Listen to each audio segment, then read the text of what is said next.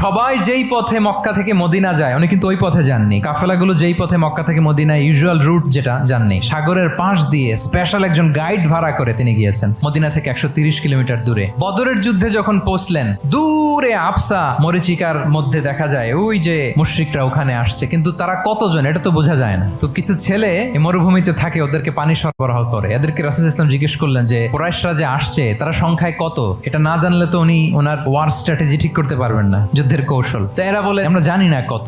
তবে রাসূল ইসলাম বলেন যে ওরা কি খায়, বলে যে প্রতিদিন ওট জবাই করে খায়। প্রতিদিন কয়টা ওট লাগে? 2 দিন হয়েছে আসছে, তো প্রথম দিন দেখলাম 9টা জবাই করছে, আজকে দেখছি 10টা জবাই করছে। রাসূল ইসলাম বললেন তাহলে ওরা 900 থেকে 1000-এর মধ্যে। যুদ্ধ চলাকালীন সময়ে সব সৈনিককে উনি এক জায়গায় মোতায়েন করতেন না, 5 ভাগে ভাগ করে নিতেন। ডান পাশে মাইমানা, বাম পাশে মাইসারা, সামনে হচ্ছে মুকাদ্দিমাতুল জাইশ, মাঝখানে কালব, পেছনে খালফ, এইভাবে 5টা ব্যাটালিয়নে ভাগ করে তারপরে তিনি যুদ্ধ পরিচালনা